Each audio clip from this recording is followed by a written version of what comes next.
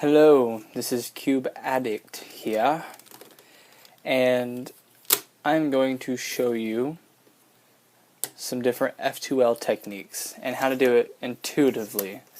Now, intuitively stands for solving it without having to really memorize anything, but doing it all straight through your head. And that'll make more sense as I show you some different stuff. So let's go ahead and mess this part up. Now, for those of you who don't know, F2L stands for front two layers. And what that means is after you solve the cross, instead of solving just the corner piece here, you're solving the corner and the edge piece. So let's say instead of sticking in the Rubik's Cube in the corner piece right here, I solve it all at once by adding this and this together and solving that at the same time. Makes it significantly easier and will actually shed, depending on how fast you go, anywhere from 5 to, not even that, maybe 15 to 20 seconds off your time. It's that significant in speed cubing. There are other different methods to solve the front two layers at the same time, but this is the most common. There's another one called the Pachman method, which was created by a young man named Stephen Pachman, who is a great speed cuber, and I highly recommend his stuff. So, let's go ahead and begin. Alright, well, I took the liberty of solving the cross for you, so you didn't have to watch me do that, because if you don't know how to do that, then you definitely need to learn how to solve the Rubik's Cube first before you try this.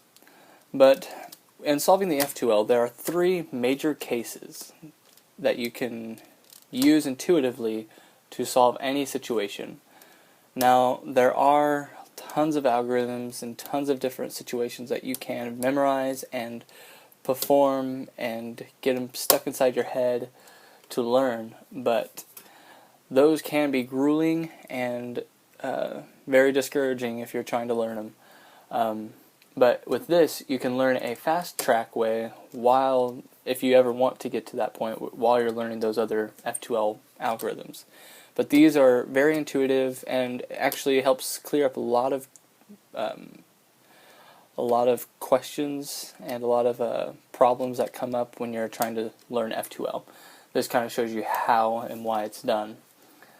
So, but like I said, there are three different situations, and I've got one right here, and I'm going to go ahead and show you that, and then as we move on, I will show you the other different scenarios as well. But the first one is where you have the corner piece here, and we also, because F2L is solving the front two layers, what we have to do is we have to pair it up, like these two right here. We would have to pair this up to go ahead and bring right here. Now, because this is paired up, I can go ahead and just solve it like that. That's a very rare case, but sometimes it happens. So, which is always good. So again, back to my other case that I was going to show you, is this red and green and white piece, which is right here. Now, we can do what every Rubik's Cuber does when they first learn, is just stick it in like that, which there's nothing wrong with that. The only problem is that it takes forever to go from here to look for the other one and bring that in. Okay? I have a method, though, that will cut down that time in half. Okay? Back to where we were. We have this piece right here and this piece right here, just like the way it was before. Now, instead of having to come in through here and then bring that over, there is a much faster way. You ready? Just like that. All I did was come here, spin once, and down. And the reason why it's so simple is because I have these two opposite colors. I have this red and I have the green. That's the red and green piece, that's the red, green, and white piece. And when the two top colors are opposite, and this is how we relate to everything, we look at the top. When the two top colors are opposite, and if it's the opposite color but not white, then we can just come over here and bring it down. Now, we cannot have it like red and green here, and we can't have the white facing this way. It has to be facing sideways, because if it faces up, we mess up the algorithm. Whoops. it messes up the way we try to fix it, because instead of matching up the green to here like we normally would, we're matching up the wrong side. So what we have to do in this situation is we have to turn this piece down and make sure we don't have a solved side over here, because we don't want to mess this part up. Bring this down, put that in its place, now it's here, and we just turn up, and now they're actually aligned and you can see it. And as you mess with it, you'll realize the different situations that'll make that a lot easier. Then you bring it in, turn it down. Alright, I'm going to show you another situation. This one right here. You've got this red, blue, and red, or red, blue, and white. Then you've got the red, blue here. Now, they're not opposite like the blue and red, so we can't just bring it in here or else it's going to turn in wrong. Now what we can do is we can come down, spin twice, and bring it back up. Okay? That's the way we're going to have to do it. But I want you to notice when I did that, I took out my previous piece that I had right here. And that's why I'm saying you have to be careful about messing up a piece here, because we don't want to get rid of what we've already done. So what we have to do is we have to find an open space that that we can turn down like that. This right here is an open spot. We're not messing anything up if we flip this around. So, and either with this. So what we're going to do is we're actually going to bring this over here, because we don't want to turn down on the white side. We need to turn down where the white's not being changed in its direction. It's always still facing that way. So what we're going to do is, it was originally over here over the piece, so what we're going to do is we're going to turn it here, and we're going to use this empty slot to help with our algorithm. Now again, I said we can't go like that because it'll change the orientation. What we need to do is we need to actually rotate this all the way around towards blue and red like it is over there. So we're going to bring this down, we're going to spin this twice. It's blue and red, red and blue. And so it just matches up those pieces right here, and then we can come back over here, and then we can just solve the corner piece like we normally would, and that piece just comes up and lines up. Hey, and another perfect example. This is the last and final intuitive piece that you'll come into, and instead of having opposite colors, I'm going to go ahead and bring this over.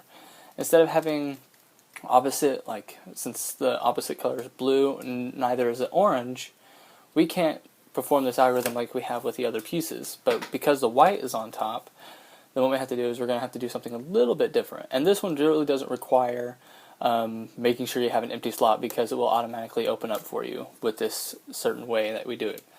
We notice that this side is blue over here, and we have blue over here. So what we need to do is we need to actually bring that all the way over here to matching up with the blue. Now, whatever this top color is, we go away from that edge piece. So since this edge piece has to come over here, we're going to go away from that edge piece. Okay? So it used to be here, we're driving it away. So now it's here. And remember, we're not messing this part up because that's right here. We're not doing anything to mess that up.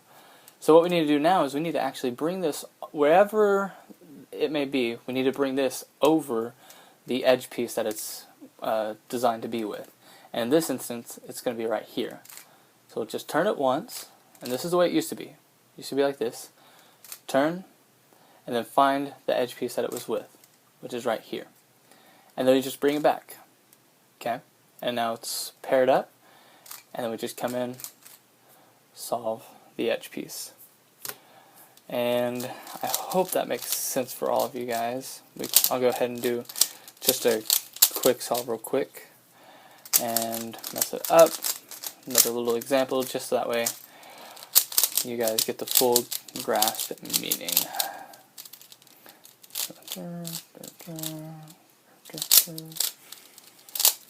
Alright, so now here's a good situation. I have this piece right here, and I have this piece right here. Now, if this corner piece is already solved, just go ahead and just solve it like you normally would, because that piece is already in there, and we don't want to have to take the time of taking it out, taking that piece out, putting them together, and then putting it all back in. It's just a waste of time. So, here's a good idea. We've got this red and blue, and we've got this red and blue, and they're connected together. and we need to find a way to separate them. Well, we don't have anything over here, so what I'm going to do is I'm going to bring this down, I'm going to spin twice, and I'm going to bring it back up. Now I have my opposites, so I'm going to just bring that corner piece over here, and remember, I didn't do it like this, where I only spin once, because if I do that, it's going to mess up the pieces entirely. So I don't want to change the orientation of where that's going, because if I do that, it changes the orientation. I need to do it this direction, so that when I do it, it's still facing that direction. So I'm going to do that, bring it here, it lines up, I'm going to turn it in, bring it back down. And fast speed looks like that. Okay. Now let's go ahead and look. Alright, we've got this piece right here. White, green, and orange right here. What I do in this situation is I usually just knock this out, just bring it out of the way, so I can go ahead and bring that out with it. Okay. And now what it does is it leads me up to the opposites. I just come in, turn, bring it back down. Makes life so much simpler. Now the last one, here's my white, green, or my white, orange, and blue. I promise I'm not colorblind. And orange and blue. What I'm going to do is I don't want to bring it just straight up here because it's going to just have this right next to it. So what I'm going to do is I'm going to go knock it off one more, and then I'm going to bring it in. Alright, and there's my situation. Now again, opposites, but I can't just go straight into like that. I have to make sure that this is over here, so that way I can just come in and bring it in like it's supposed to. But remember, I already have this solved, so I don't want to mess this corner up, and I will if I try to drag it over like that, because now this is messed up, and my corner and edge piece are right there. So I'm going to put that back where it was and put these back. What I'm going to do now is I'm actually going to, since I need this last edge piece, or this last section, to put that piece up, I'm going to drag it over here, and I just need this over here. So I'm just going to push this down, nothing here to mess it up, and I'm just going to twist it once and bring it back. Now I have the situation that I need. So then I can just bring it up, pairs up the corner and edge, turn it once to slide in as if it were a corner piece, and then bring it back down. And that is the intuitive F2L method. So I like solving my cubes. This is a Zanchi, by the way, for those who want to know. Very great cube, made by Diane, and very, very good quality. So anyway, I'm just about to get my V Cube 3, so I'll be doing a review on that too for anybody who wants to know about it. So, but anyway, that is the F2L step. That is the intuitive F2L. And I'm not using this to stop you from ever learning the other algorithms, because there is some great stuff you can learn by the algorithms alone. But this is just a nice, simple way where you can see what you're doing and understand how you're doing it, which in turn helps you solve the cube a little bit better and a little bit faster. So I hope you guys enjoyed this video, and definitely subscribe to my videos. I love subscribers, and I love people watching my stuff because it lets me know I'm doing a great job. So with that, I will talk to you later, and this is Cube Addict. I'll see you later.